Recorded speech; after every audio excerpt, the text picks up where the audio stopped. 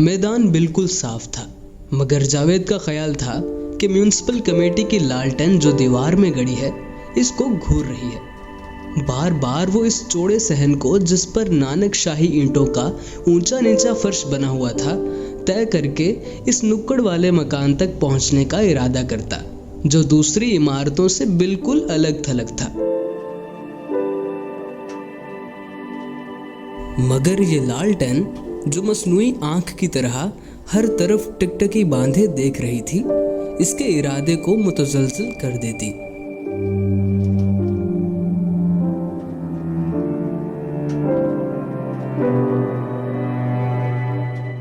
और वो इस बड़ी मोरी के इस तरफ हट जाता, जिसको फांद कर वो सहन को चंद कदमों में तय कर सकता था, सिर्फ चंद कदमों में।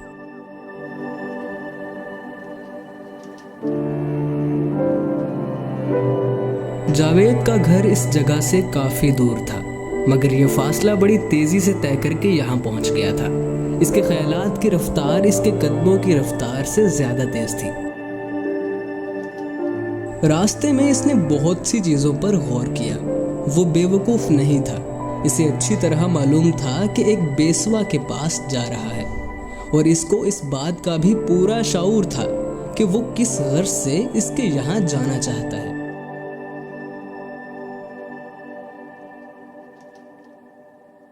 वो औरत चाहता था। औरत, ख्वाह वो किसी शक्ल में हो। औरत की ज़रूरत इसकी ज़िंदगी में यक ब यक पैदा नहीं हुई थी। एक ज़माने से ये ज़रूरत उसके अंदर आहिस्ता आहिस्ता शिद्दत इख्तियार करती रही थी, और अब दफ़ातन उसने ये महसूस किया था कि औरत के बग़ैर एक लम्हा ज़िंदा नहीं रह सकता। औरत इसको ज़रूर मिलनी चाहिए। ऐसी औरत जिसकी रान पर होले से तमाचा मारकर वो इसकी आवाज़ सुन सके। ऐसी औरत जिससे वो वाहियात किस्म की गुफ्तगू कर सके।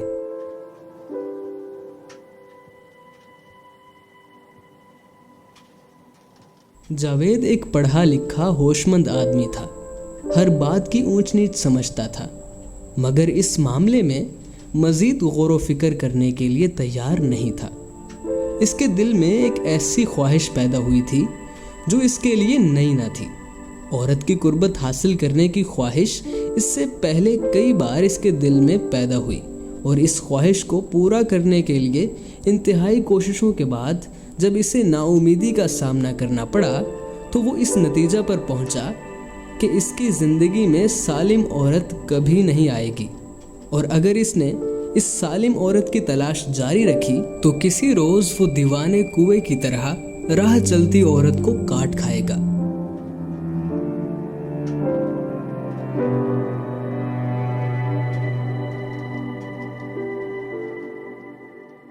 काट खाने की हद तक अपने इरादे में नाकाम रहने के बाद अब दफातन इसके दिल में इस ख्वाहिश ने करवट बदली थी। अब किसी औरत के बालों में अपनी उंगलियों से कंघी करने का ख्याल इसके दिमाग से निकल चुका था।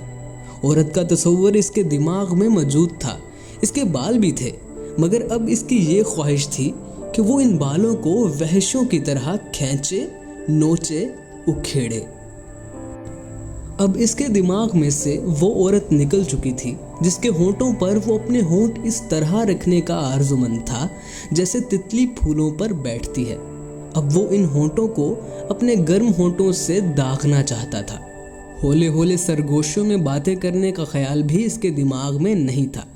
अब वो बुलंद आवाज़ में बातें करना चाहता था, ऐसी बातें जो इसके मौजूदा इरादे की तरह नंगी हों। अब सालिम औरत इसके पेशे नज़र नहीं थी। वो ऐसी औरत चाहता था जो घुस घुसा कर शिकस्ता हाल मर्द की शक्ल इख्तियार कर गई हो। ऐसी औरत जो आधी औरत हो और आधी कुछ भी ना हो।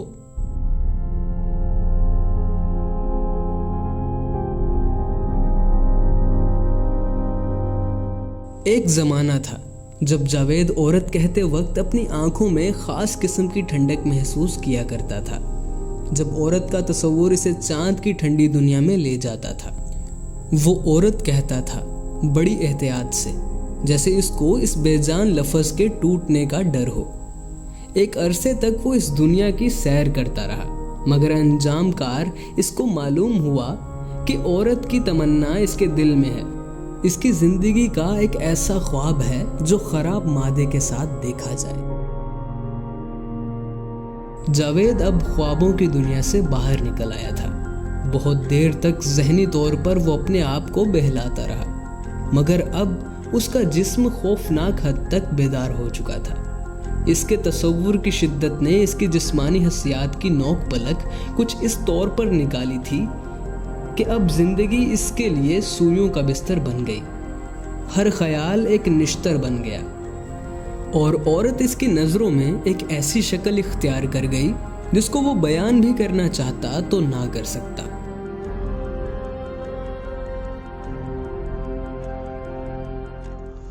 जावेद कभी इंसान था, मगर अब इंसानों से उसे नफरत थी, इस कदर कि अपने आप से भी मुतनफ्फिर हो चुका था। यही वजह थी कि वो खुद को जलील करना चाहता था, इस तौर पर कि एक अरसे तक उसके खूबसूरत ख्याल जिनको वो अपने दिमाग में फूलों की तरह सजा के रखता रहा था, गलाजत से लिथड़े रहे। मुझे नफासत तलाश करने में नाकामी रही है, लेकिन गलाजत तो मेरे चारों तरफ फैली हुई है। अब जी ये चाहता है कि अपनी रूह और जिस्म के हर जर्रे को इस गलाजत से आलूदा कर दूं। मेरी नाक जो इससे पहले खुशबू की मुतजस्सिस रही है, अब बदबूदार और मुताफुन चीज़ें सूंघने के लिए बेताब है। यही वजह है कि मैंने आज अपने पुराने ख्यालात का चगा उतार कर इस मोहल्ले का रुख किया है, जहाँ हर शय एक पुरअसरार ताफुन में लिपटी नजर आती है। ये दुनिया किस कदर भयानक तौर पर हसीन है। नानक शाही ईंटों का नाहमवार फर्श इसके सामने था। लालटेन की बीमार रोशनी में जावेद ने इस फर्श की तरफ अपनी बदली हुई नजरों से देखा तो इसे ऐसा महसूस हुआ कि बहुत सी नंगी औरतें ऊंधी सीधी लेटी हैं, जिनकी हड्डियां जा बजा उभर रही हैं। उसने इरादा किया कि इस फर्श को तय करके नुक्कड़ वाले मकान की सीढ़ियों तक पहुंच जाए और कोठे पर चढ़ जाए, मगर म्युनिसिपल कमेटी की लालटेन गैर मुख्ततिम टिकटिकी बांधे इसकी तरफ घूर रही थी। इसके बढ़ने वाले कदम रुक गए और वो भुना सा गया। ये लालटेन मुझे क्यों घूर रही है? ये क्यों मेरे रास्ते में रोड़े अटकाती है? वो जानता था कि ये महज वहमा है और असलियत से इसका कोई ताल्लुक नहीं, लेकिन फिर भी इसके कदम रुक जाते थे और वो अपने दिल में तमाम भयानक इरादे लिए मोरी के इस पार खड़ा रह जाता था। वो ये समझता था कि इसकी ज़िंदगी के 27 बरसों की झिझक जो इसे विरसे में मिली थी, इस लालटेन में जमा हो गई है। ये झिझक जिसको पुरानी कैंचली की तरह उतार कर वो अपने घर छोड़ आया था, इससे पहले वहाँ पहुँच चुकी थी, जहाँ उसे अपनी ज़िंदगी का सबसे भद्दा खेल खेलना था। ऐसा खेल जो इसे कीचड़ में लथपथ कर दे और इसकी रूह को मुलव्विस कर दे। एक मैली कचैली औरत इस मकान में रहती थी। उसके पास 4-5 जवान औरतें थीं जो रात के अंधेरे और दिन के उजाले में यकसा भद्देपन से पेशा किया करती थीं। ये औरतें गंदी मोरी से गलाजत निकालने वाले पंप की तरह चलती रहती थीं। जावेद को इस कहबा खाने के मुतल्लिक इसके एक दोस्त ने बताया था, जो हुस्नो इश्क की तलाश कई मर्तबा इस कब्रिस्तान में दफन कर चुका था। जावेद से वो कहा करता था, तुम औरत औरत पुकारते हो, औरत है कहाँ? मुझे तो अपनी ज़िंदगी में सिर्फ एक औरत नज़र आई जो मेरी माँ थी। मस्तूरात अलबत्ता देखी हैं और इनके मुतालिक सुना भी है, लेकिन जब कभी औरत की ज़रूरत महसूस हुई तो मैंने माई जीवा के कोठे को अपना बेहतरीन रफ़ीक पाया है। बाखुदा माई जीवा औरत नहीं फरिश्ता है, खुदा इसको खिज़र की उम्र अता फरमाए। जावेद माई जीवा और इसके यहाँ की 4-5 पेशा करने वाली औरतों के मुतालिक बहुत कुछ सुन चुका था। इसको मालूम था कि इनमें से एक हर वक्त गहरे रंग के शीशे वाला चश्मा पहने रहती है, इसलिए कि किसी बीमारी के बाइस इसकी आंखें खराब हो चुकी हैं। एक काली कलोटी लौंडिया है जो हर वक्त हंसती रहती है।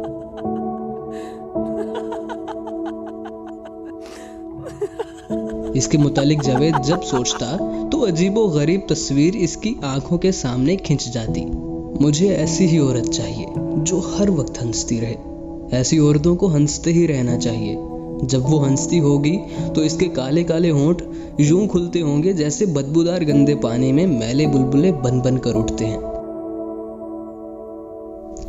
माई जीवा के पास एक और छोकरी भी थी जो बाकायदा तौर पर पेशा करने से पहले गलियों और बाजारों में भीख मांगा करती थी।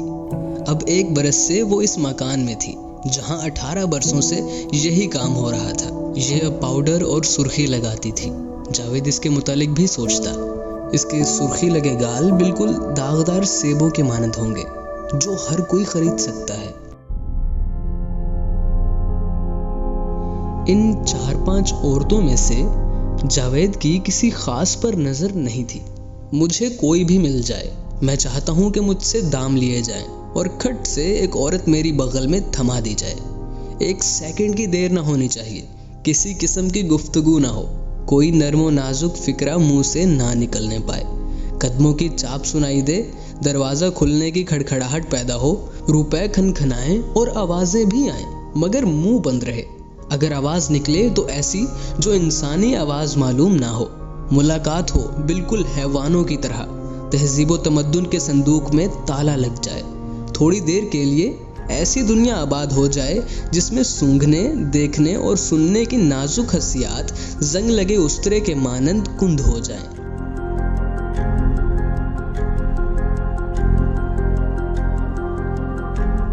जावेद बेचैन हो गया।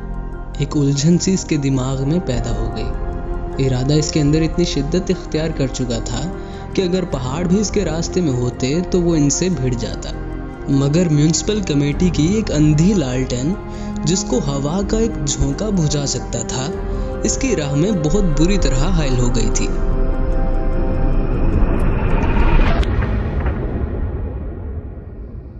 इसकी बगल में पान वाले की दुकान खुली थी। तेज रोशनी में इसकी छोटी सी दुकान का असबाब इस कदर नुमाया हो रहा था कि बहुत सी चीजें नजर नहीं आती थी। बिजली के कुमकुमे के इर्द गिर्द मक्खियां इस अंदाज से उड़ रही थीं जैसे इनके पर बोझल हो रहे हैं। जावेद ने जब इनकी तरफ देखा तो इसकी उलझन में इजाफा हो गया। वो नहीं चाहता था कि उसे कोई सुस्त रफ्तार चीज नजर आए। इसका कर गुजरने का इरादा जो वो अपने घर से लेकर यहाँ आया था, इन मक्खियों के साथ साथ बार बार टकराया और वो इसके एहसास से इस कदर परेशान हुआ कि एक हल्लड़ सा इसके दिमाग में मच गया। मैं डरता हूँ, मैं खौफ खाता हूँ, इस लालटेन से मुझे डर लगता है, मेरे तमाम इरादे इसने तबाह कर दिए हैं।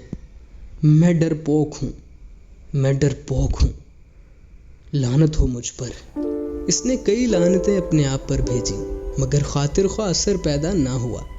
इसके कदम आगे ना बढ़ सके। नानक शाही ईंटों का नाहमवार फर्श इसके सामने लेटा रहा।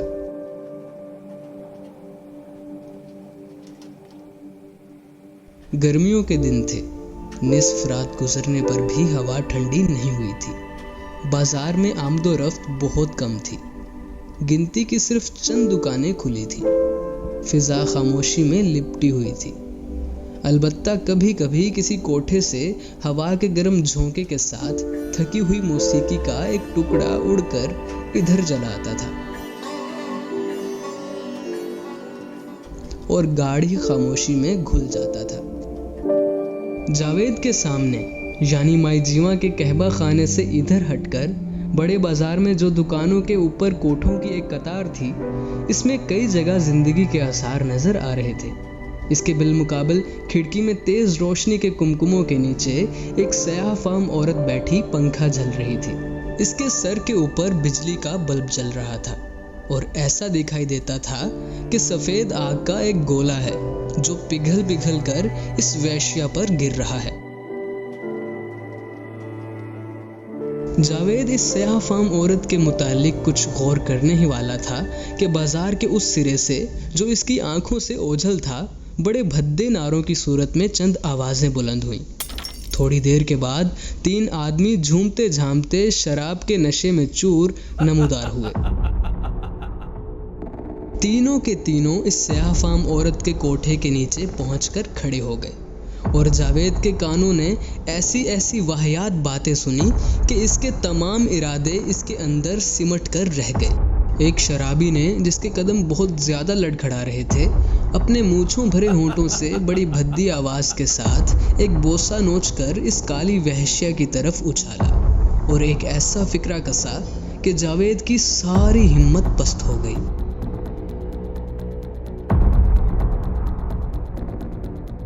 कोठे पर बरकी लैंप की रोशनी में इस स्याहफाम औरत के होंठ एक आबनोसी कह कहने वाह किए और इसने शराबी के फिक्रे का जवाब यूं दिया जैसे टोकरी भर कूड़ा नीचे फेंक दिया है। नीचे गैर मरबूत कहकहों का एक फव्वारा सा छूट पड़ा और जावेद के देखते ही देखते वो तीनों शराबी कोठे पर चढ़े। थोड़ी देर के बाद वो नशिस्त जहां वो काली वैश्या बैठी थी खाली हो गई।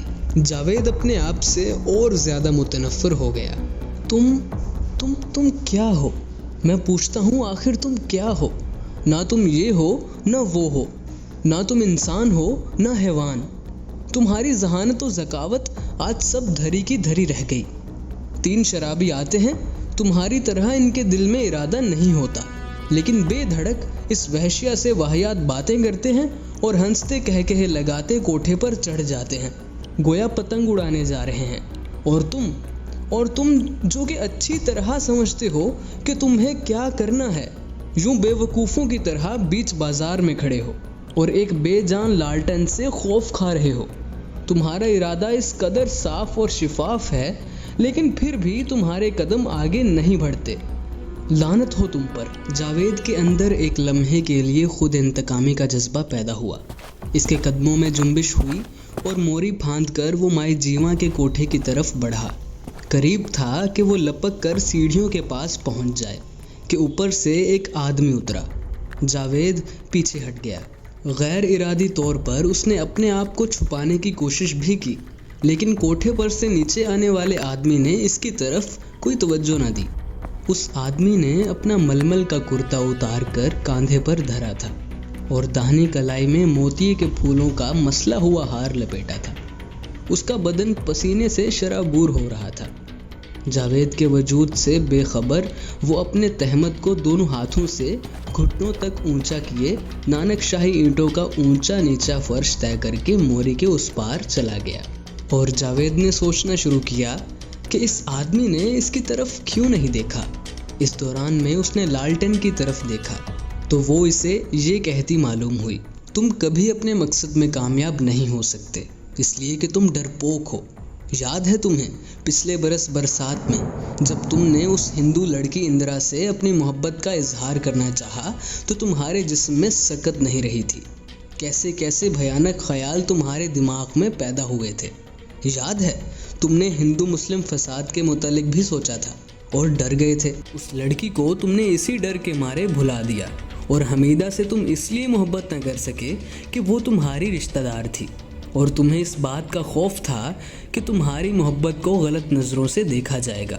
कैसे कैसे वहम तुम्हारे ऊपर उन दिनों मुसल्लत थे और फिर तुमने बल्कीस से मोहब्बत करना चाही, मगर उसको सिर्फ एक बार देखकर तुम्हारे सब इरादे गायब हो गए और तुम्हारा दिल वैसे का वैसा बंजर रहा। क्या तुम्हें इस बात का एहसास नहीं कि हर बार तुमने अपनी बेलौस मोहब्बत को आप ही शक की नज़रों से देखा है? तुम्हें इस बात का कभी पूरी तरह यकीन नहीं आया कि तुम्हारी मोहब्बत ठीक फितरी हालत में है। तुम हमेशा डरते हो, इस वक्त भी तुम खाइफ हो। यहाँ घरेलू औरतों और लड़कियों का सवाल नहीं, हिंदू मुस्लिम फसाद का भी इस जगह कोई खदशा नहीं, लेकिन इसके बावजूद तुम कभी इस कोठे पर नहीं जा सकोगे। मैं देखूंगी तुम किस तरह ऊपर जाते हो। जावेद की रही सही हिम्मत भी पस्त हो गई। उसने महसूस किया वो वाकई परले दर्जे का डरपोक है। बीते हुए वाक़यात तेज़ हवा में रखी हुई किताब के औराग की तरह इसके दिमाग में देर तक फड़फड़ाते रहे और पहली मर्तबा उसको इस बात का बड़ी शिद्दत के साथ एहसास हुआ कि इसके वजूद की बुनियादों में एक ऐसी झिझक बैठी हुई है जिसने इसे काबिले रहम हद तक डरपोक बना दिया है। सामने सीढ़ियों से किसी के उतरने की आवाज़ आई तो जावेद अपने ख्यालात से चौंक पड़ा। वही जो गहरे रंग के शीशों वाली ऐनक पहनती थी और जिसके मुतालिक वो कई बार अपने दोस्त से सुन चुका था, सीढ़ियों के इख्तितामी चबूतरे पर खड़ी थी। जावेद घबरा गया, करीब था कि वो आगे सरक जाए कि उसने बड़े भद्दे तरीके पर इसे आवाज़ दी, अजी ठहर जाओ मेरी जान, घबराओ नहीं, आओ आओ। इसके बाद उसने पुचकारते हुए कहा, चले आओ, आ जाओ। ये सुनकर जावेद को ऐसा महसूस हुआ कि अगर वो कुछ देर वहाँ ठहरा तो उसकी पीठ में दुम मुक गाएगी, जो वैश्या के पुचकारने पर हिलना शुरू कर देगी। इस एहसास समेत उसने चबूतरे की तरफ घबराई हुई नज़रों से देखा। माइलजीवा के कहबा खाने की इस ऐनक चढ़ी लौंडिया ने कुछ इस तरह अपने बलाई जिस्म को हरकत दी कि जावेद के तमाम इरादे पके हुए बेरों की मानंद झड़ गए। उसने फिर पुचकारा, आओ मेरी जान, अब आ भी जाओ। जावेद उठ भागा। मोरी फांद कर जब वो बाजार में पहुंचा तो उसने एक ऐसे कहकहे की आवाज सुनी जो खतरनाक तौर पर भयानक था।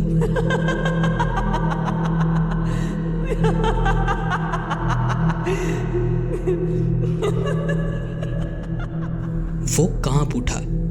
जब वो अपने घर के पास पहुंचा तो उसके ख्यालात के हजूम में से दफातन एक ख्याल रेंग कर आगे बढ़ा, जिसने उसको तस्कीन दी।